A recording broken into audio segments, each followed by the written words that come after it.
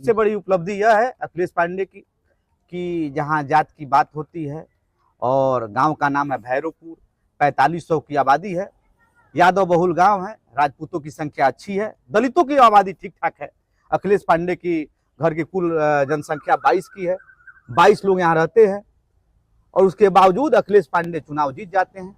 जबकि गांव में कहा जाता है, शहर में भी कहा जाता है, विधानसभा में कहा जाता है, लोकसभा में भी कहा जाता है, आपका जाति का समीकरण क्या है? ये समीकरण भैरवपुर में आके धराशायी हो जाता है। नमस्ते, मेरा नाम आयुष है और आप देख रहे हैं गोरखपुर लाइव। हमारे बगल में अखिलेश पांडे जी हैं, ग्राम प्रधान प्रतिनिधि हैं और गांव का नाम है भैरवपुर गांव है। ग्राम सभा भैरवपुर। लोकसभा चुनाव की हम लोग चर्चा कर रहे थे, भैरवपुर गांव में आए थे, बांस गांव लोकसभा है। अब आप सोचेंगे कि प्रधान प्रतिनिधि से हम क्यों बात कर रहे हैं? बात करना जरूरी है क्योंकि जब भी हम लोकसभा की चर्चा कर रहे हैं तो जाति की बात कर रहे हैं।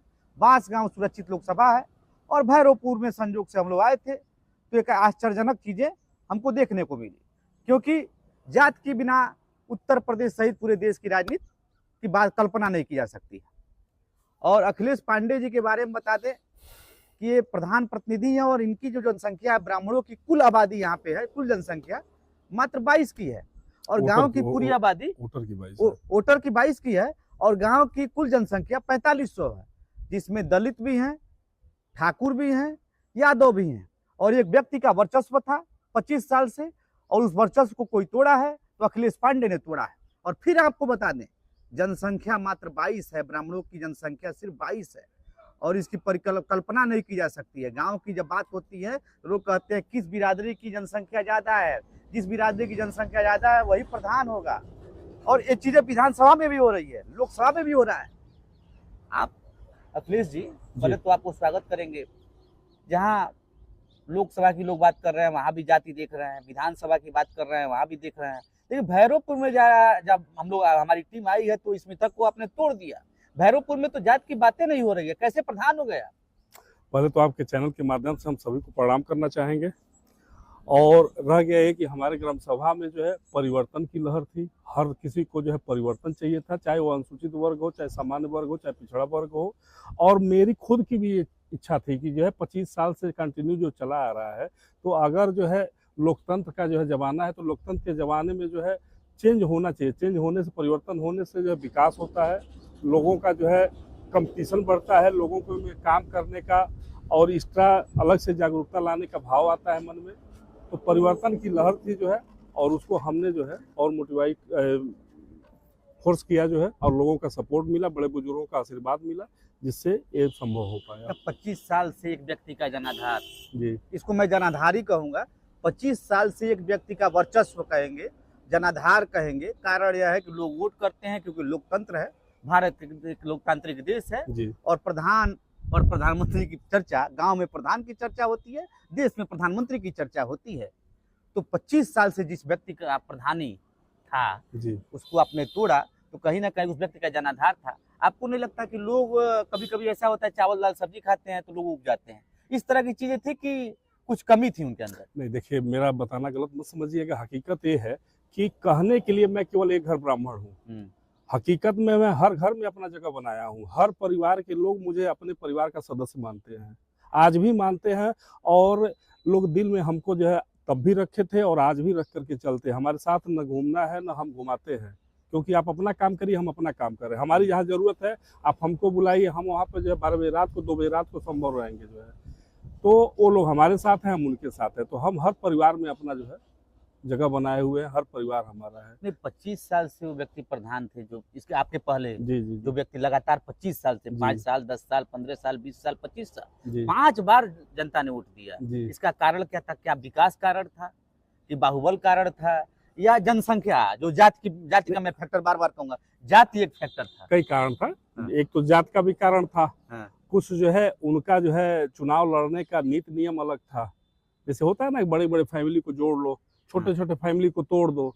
तो बड़ी बड़ी फैमिलियां, मान लीजिए आपके घर में 12 वोट है, किसी के घर में 15 वोट है, ऐसे परिवार अगर हमसे जुड़े रहेंगे और जो है जिस घर में 3 वोट है, जिस घर में 2 वोट है, जिस घर में 5 वोट है, वैसे लोग अगर हमसे दूर हो जाते हैं तो हमारे पूर्व प्रधान को कोई फर्क नहीं पड़ता था। वो विशेष तौर पर ध्यान देते थे बड़ी फैमिलियों को तो ऐसा चल रहा था, हम भी कभी उनसे जुड़े हुए थे, हमारी भी बड़ी फैमिली है, लेकिन रह गया है कि जो है उनको ये जो है लाभ मिलते मिलते जो है अंदर अहंकार, जैसे रावण को हो गया था, उनके अंदर भी अहंकार जो है आ गया कि हम जो है अब कैसे भी करके हर साल हर बार जो है प्रधानी जीत लेंगे, जो है हमको कोई हरा नहीं पाएगा जो है। तो हमारे जैसे परिवार का भी उन्होंने दरकिनार करना शुरू कर दिया, मिसबिहेव करना शुरू कर दिया, जिसका नतीजा आपके सामने है। अच्छा, एक व्यक्तिगत सवाल करूंगा मैं, सब कई प्रधान जब मिलते हैं तो मैं सवाल करता हूँ।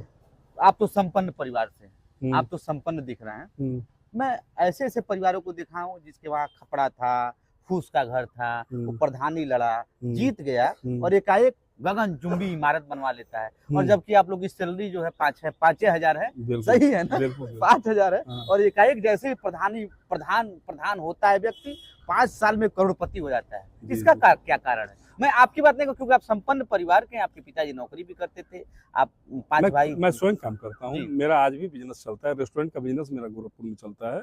और मेरा जीविका पालन और मेरे बच्चों का पढ़ना लिखना जो है मेरे बिजनेस से होता है।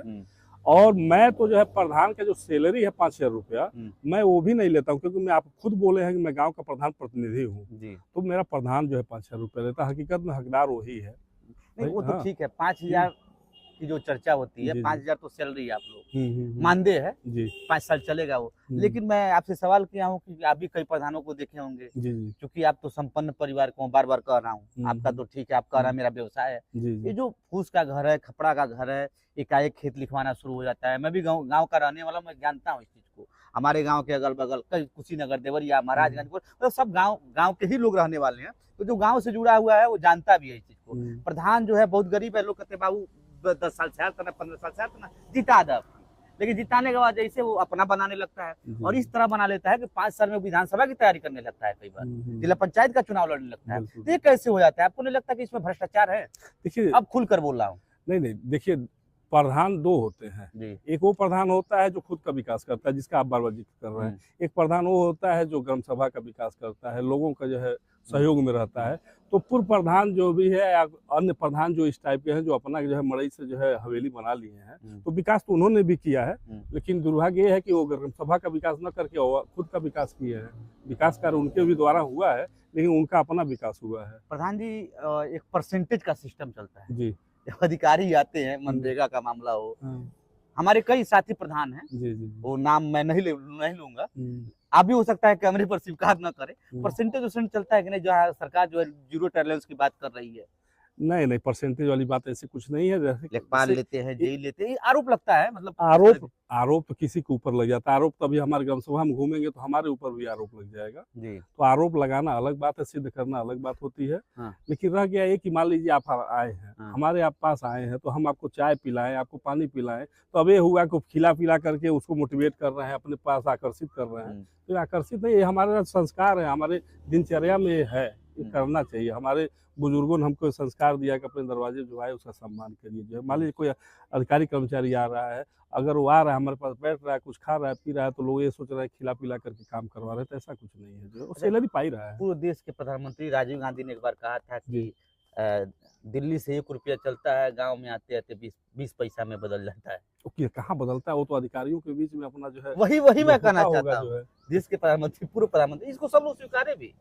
इसको अब देश का प्रधानमंत्री स्वीकार कर लिया है। हाँ, जब वही कर रहे हैं, देश के प्रधानमंत्री ने कहा था कि 1 रुपया चलता है दिल्ली से और 20 पैसा बदल जाता है। इसमें कुछ सत्यता होगी, हम भी मानते हैं, कुछ सत्यता है। चलिए, सबसे बड़ी उपलब्धि यह है अखिलेश पांडे की कि जहाँ जात की बात होती है और गांव का नाम है भैरवपुर, 4500 की आबादी है, यादव बहुल गांव है, राजपूतों की संख्या अच्छी है, दलितों की आबादी ठीक ठाक है।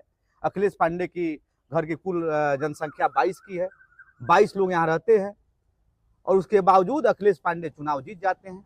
जबकि गांव में कहा जाता है, शहर में भी कहा जाता है, विधानसभा में कहा जाता है, लोकसभा में भी कहा जाता है, आपका जाति का समीकरण क्या है? ये समीकरण भैरवपुर में आके धराशायी हो जाता है।